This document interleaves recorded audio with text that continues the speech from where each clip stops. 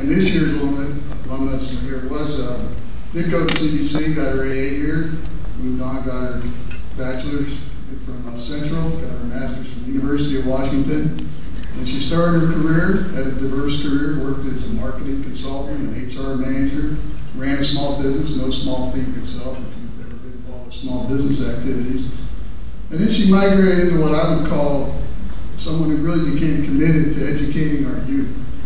So it couldn't be a better thing to honor somebody who really is committed to education of our youth. And this year's Alumnus of the Year was the founder and first executive director of the International Children's Reading Foundation. That program's touched over 1 million students in the United States.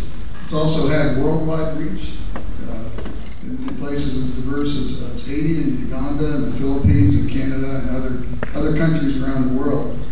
And I think she's recognized most for her accomplishments in our community as the executive director for the last 15 years of Junior Achievement, which is, if you're all of you I think are pretty involved with all the educational components around the area, you know the Junior Achievement Program has had phenomenal growth, and we also recognize the great fundraising that she's capable of doing, so we'll probably be talking to her at the foundation about getting some support here in the future. But as she's worked in this community, she's been recognized with a number of awards, the Crystal Apple Award, the Bridge Builders Award, the Kennewick School District's Outstanding Volunteer Award, Outstanding Service to Education, the list goes on. So we really have, what we always look for is somebody who's made a big difference in our community that we want to recognize. And also, what you find with people who are successful typically is a strong family roots. She's got a lot of her family here today, including her husband Bill, who I've had the pleasure of working with through the years with Westinghouse and others. And without further ado, I want to introduce the CBC Alumnus of the Year, Deb Bowen.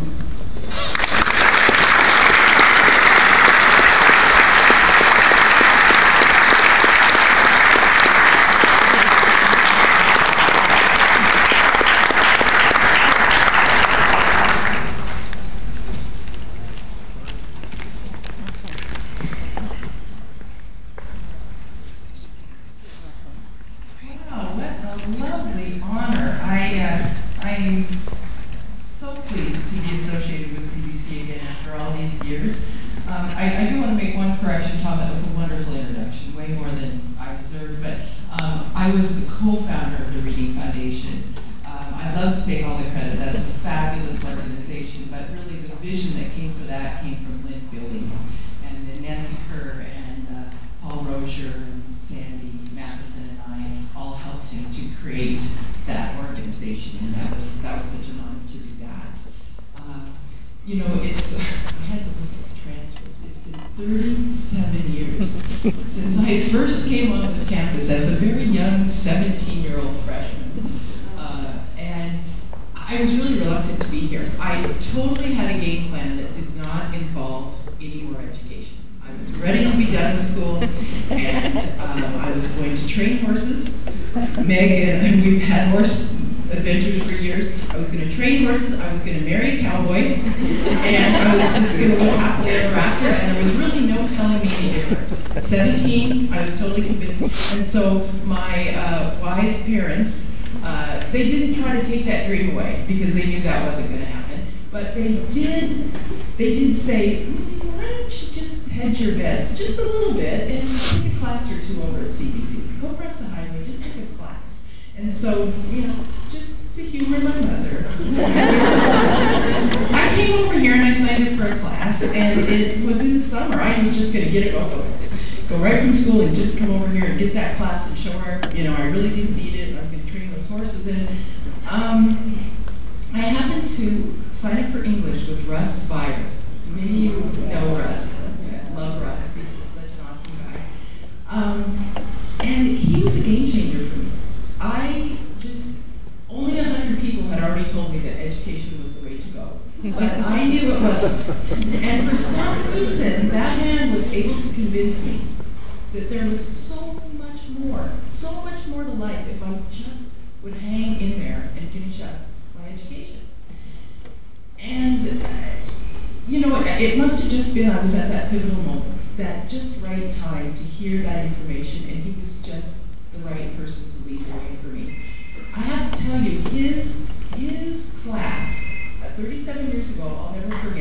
he made a point. Do you know when your phone rings, you have to stand up and sing?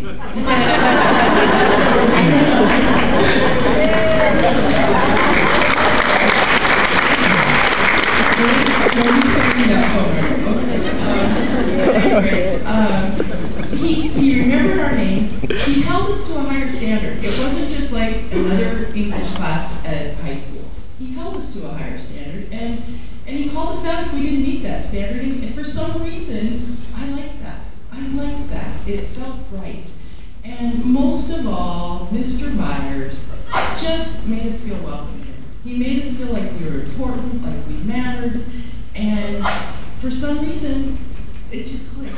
It was just a pivotal point in my life, and forevermore I will be grateful to him. As Tom mentioned, I am here with my wonderful family. Mom, don't cry.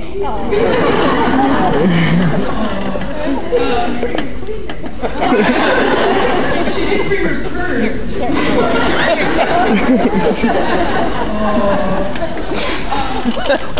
My husband of almost 33 years, Bill, not a cowboy. Nothing like that. He doesn't even like my horse. And my two wonderful kids, who both have benefited greatly from having CBC in their life. And of course my wonderful mother and her beau, Glenn Pine. Yay!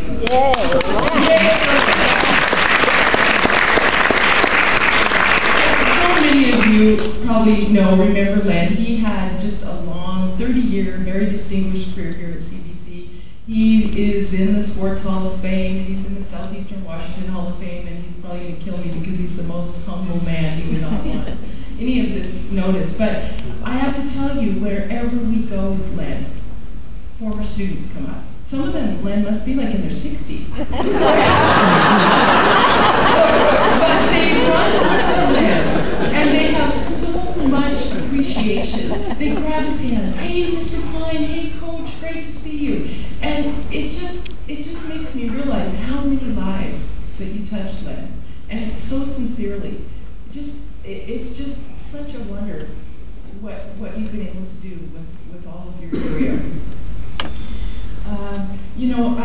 I was here at CBC last week for a meeting, and the freshman orientation kids came through, and I looked up out the window and I saw their little faces. They kind of looked like a gaggle of geese. And they're looking all around. They're looking just as lost as I felt at 17 when I arrived here. And, my hope for those kids is that if some of them happen to be at that really pivotal point in life that I was at when I hit this campus, that they find in you their Russ Byers, their Len Pine, that person that just somehow just makes that connection for them, helps them to see that there is so much more for them if they'll just hang in here and finish up their degree. As educators, you really don't know how many lives you've touched.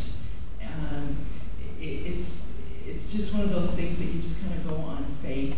But I really do hope that you too get to enjoy some of those wonderful handshakes that we see that Len receives all around town as the years go on. Those looks of appreciation and admiration, and maybe even once in a while you get a phone call like the one that I placed to Mr. Byers on Sunday night. He's in Arizona, enjoying his life.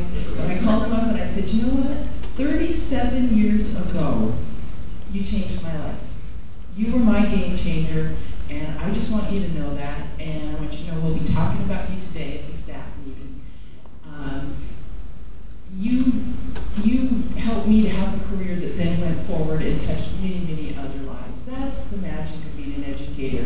You touch one student, and then it's kind of like a ripple. It goes out, and you can touch hundreds of additional lives. That really is why this is such an amazing profession. Such an honor to be an educator. I have to say, I love CBC, and it is because there is a place at the table for so many. For that reluctant freshman, for that woman who recently divorced and trying to get her life back together, for the immigrant that's looking for a way to become a part of our community, for the senior that's looking for enrichment, for the displaced worker who's trying to figure out how they're going to take care of their family. CBC is the safety net for our community. And if we can't find the ways to fund all those important programs, we weaken the fabric. We weaken the fabric of our community. So I'm so pleased to have some small role here, and I just greatly appreciate this honor, and I wish you well in the new school year. Thank you.